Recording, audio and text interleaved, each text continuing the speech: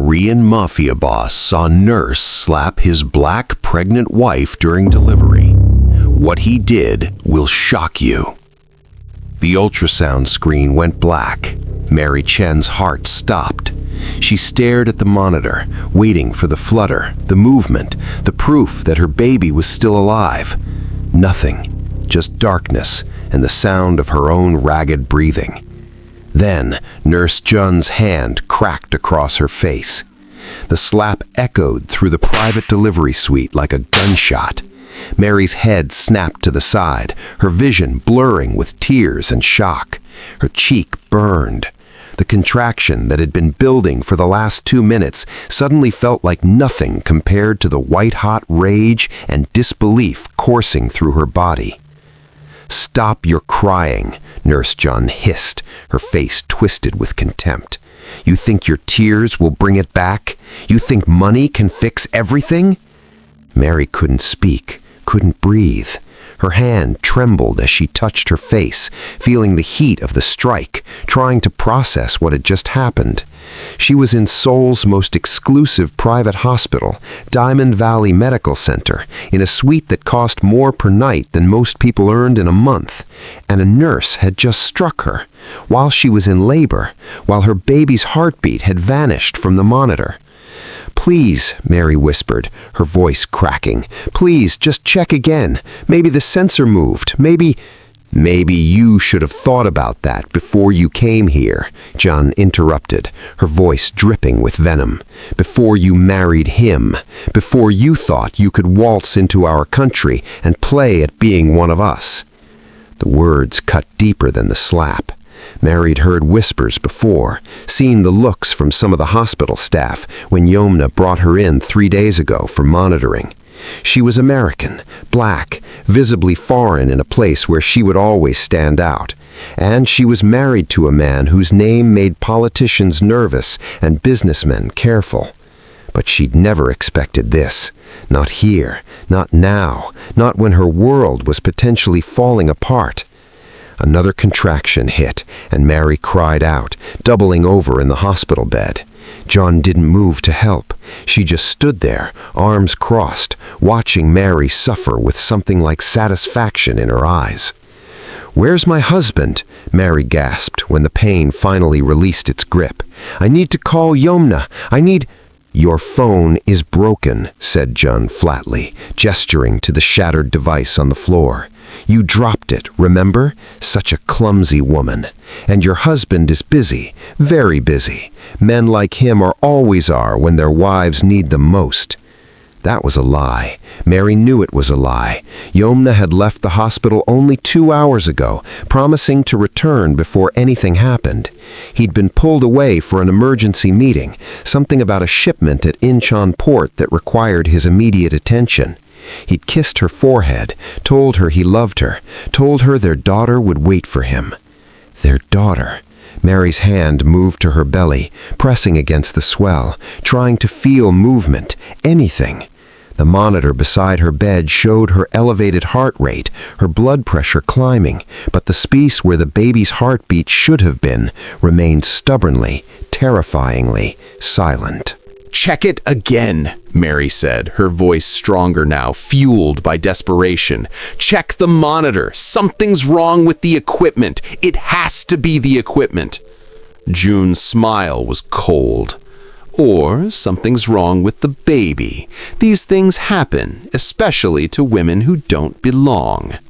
If you want to see how this story ends, make sure you're subscribed. Hit that button now because what happens next will change everything.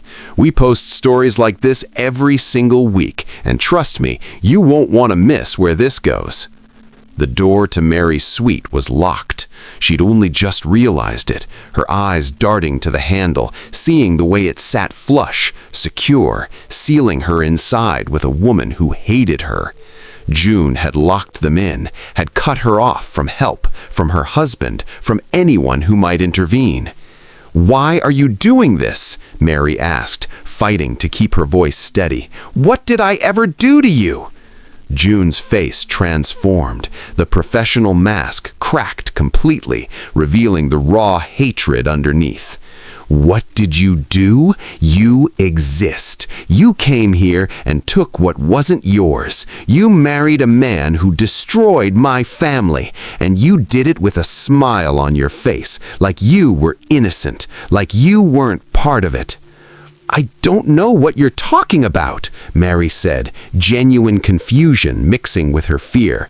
I've never met you before this week. I don't know your family. My brother worked at the port, June said, her voice shaking now. He worked for the Kim Syndicate until your husband wiped them out 3 years ago. 27 men died that night. My brother was one of them. He was 23 years old. He had a fiancé. He had a future. And Yemna Saja took it all away. Mary's mind raced. She knew about Yemna's past, about the violence that had paved his road to power. He'd been honest with her about who he was, what he'd done, but he'd also been honest about who he was trying to become. A man stepping back from the bloodshed, a man building legitimate businesses, a father who wanted better for his child. I'm sorry, she said, and meant it. I'm so sorry for what happened to your brother, but I wasn't there. I didn't know Yemna then, and our baby, she had nothing to do with any of it. Please, please just help me. Check the monitor. Call a doctor. Whatever anger you have, it's not her fault. June stared at her for a long moment. Then she reached over and switched off the fetal monitor completely. The screen went dark. The room fell into a horrible, suffocating silence. No, no, what are you doing? Teaching a lesson about consequences, about what it feels like to lose everything. Mary lunged for the call button on the side of her bed, but June was faster. She ripped the cord from the wall, holding it up like a trophy. Her heart hammered against her ribs. The contractions were coming faster now, harder, and without the monitor, she had no way to know if her baby was alive or dying inside her. She screamed for help, for anyone, her voice raw and desperate. But the VIP suite was soundproofed, designed for privacy and discretion. No one would hear her. No one was coming. Except June had made one critical miscalculation. She assumed Yemna was too far away, too occupied, too late to matter. She was wrong. Across the city, in a warehouse office that smelled of sea salt and diesel, Yemna Saja ended a phone call and felt his blood turn to ice. His head of security, Kang Min-jun, stood in the doorway with an expression that Yemna had learned to recognize over 15 years of working together. Something was catastrophically wrong. Your wife's monitor went offline 6 minutes ago. The hospital system shows the connection was manually severed from inside the room. Yemna was moving before Min-jun finished speaking. Who's with her? Only Nurse June Hae-won. The doctor stepped out 20 minutes ago. We've been trying to reach the nurses' station, but no one's answering. June Hae-won, Yemna repeated, the name triggering something in his memory. He pulled up the background files his people had compiled on every staff member who would have contact with Mary, found June's face, found her brother's name in the deceased column of the port war casualties from 3 years ago. He'd missed it. He'd been so focused on doctors, on administrators, on high-level threats that he'd overlooked a nurse with a grudge and access to his wife. "Get the car," Yemna said, his voice dropping to the tone that made armed men step aside. "Now." The drive from Incheon Port to Gangnam normally took 45 minutes. Yemna's driver made it in 19. They abandoned the car in the hospital's emergency bay, ignoring the protests of security guards who recognized Yemna's face and wisely decided not to press the issue.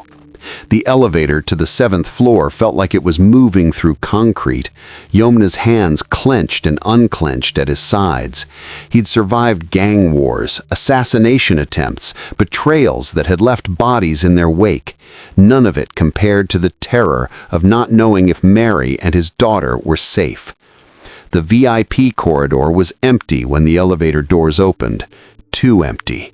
Yomna's instincts screamed warning. He moved quickly to Mary's suite, tried the handle, locked from the inside. He knocked once. "Mary, it's me." Silence. Then a thud, like something heavy hitting the floor, a muffled cry that was definitely Mary's voice. Yomna stopped thinking. He stepped back and drove his shoulder into the door with the full force of his weight. The lock held. He hit it again, feeling something crack, not sure if it was the door or his shoulder, and not caring. The third impact shattered the mechanism, and the door swung inward.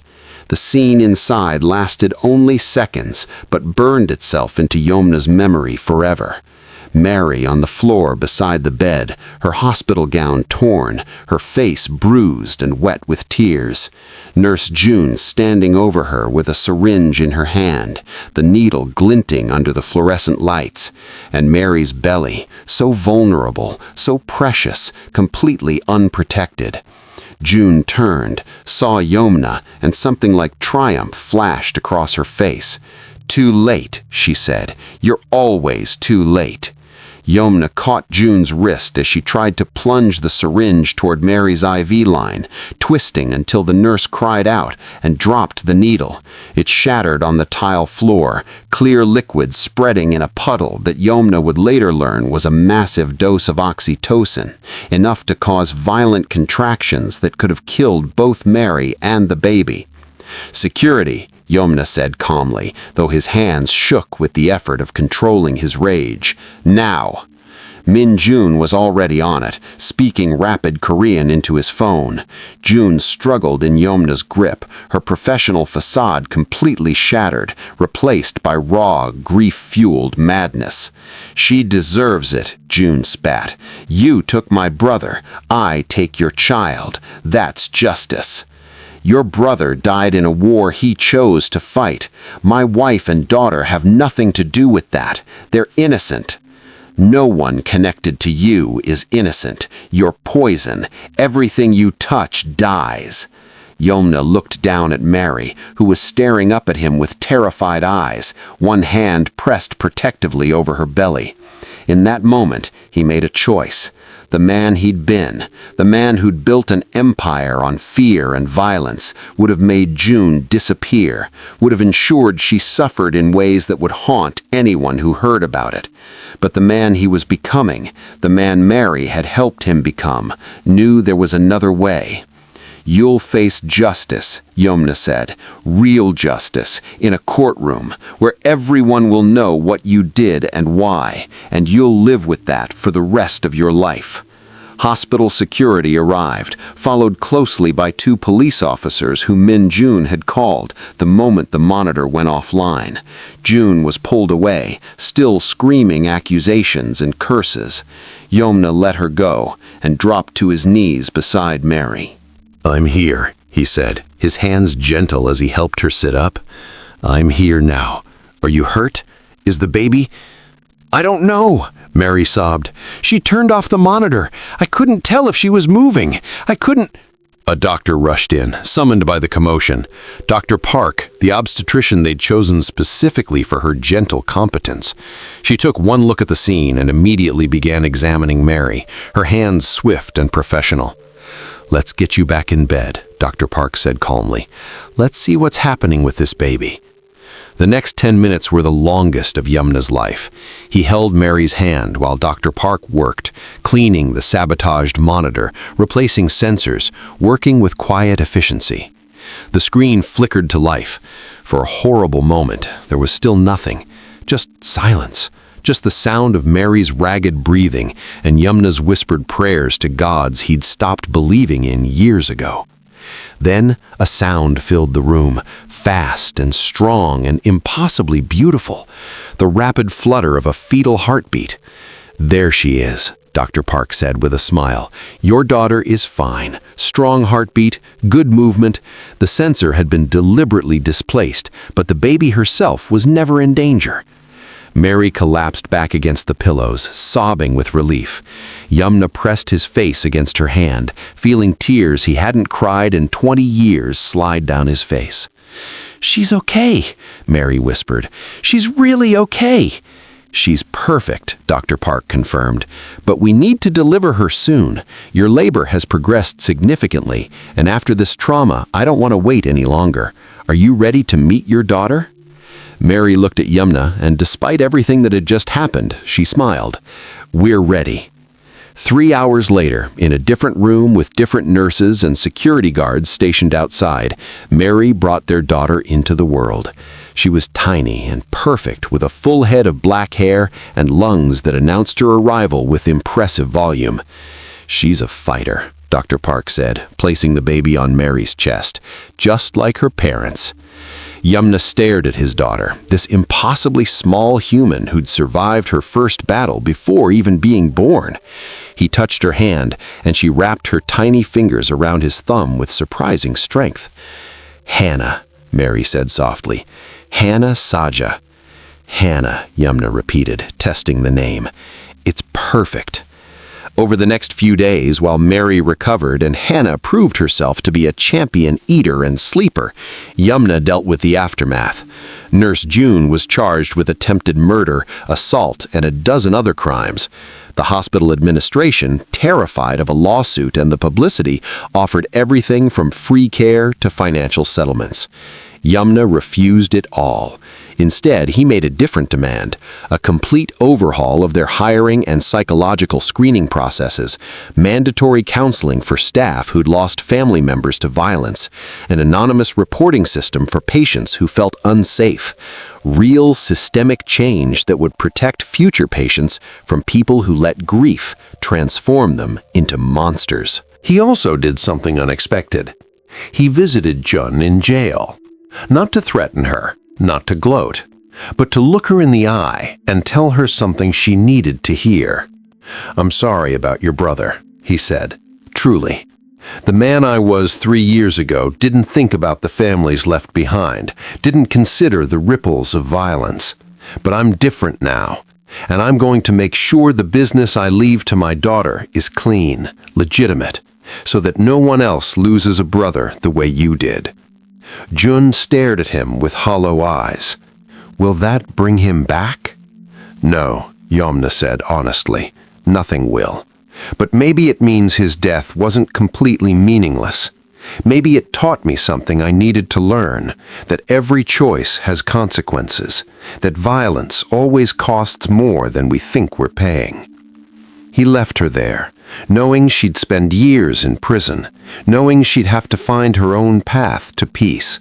All he could do was make sure the future was different from the past. On Hannah's 1-week birthday, the 3 of them sat in their penthouse apartment overlooking Seoul. Mary nursed their daughter, while Yumna held them both, marveling at how something so small could be so perfect, so complete. "What are you thinking?" Mary asked, watching his face. "That I was wrong," Yumna said quietly.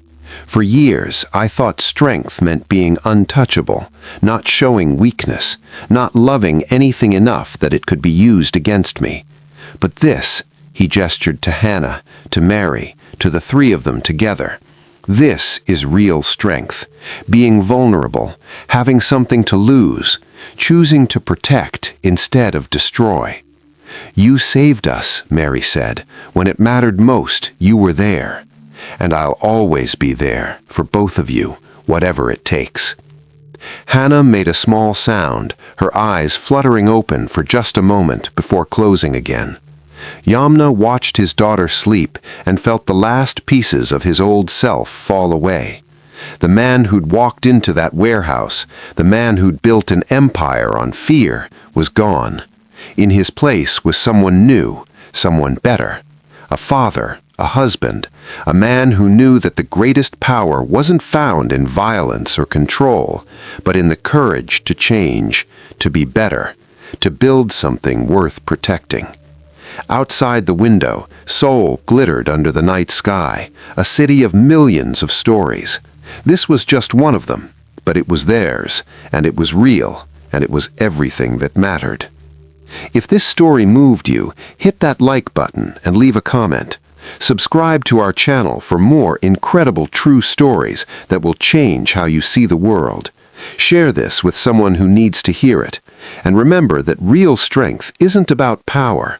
It's about protecting those who need protecting, fighting for what's right, and having the courage to become better than you were. Thank you for watching. We'll see you in the next story.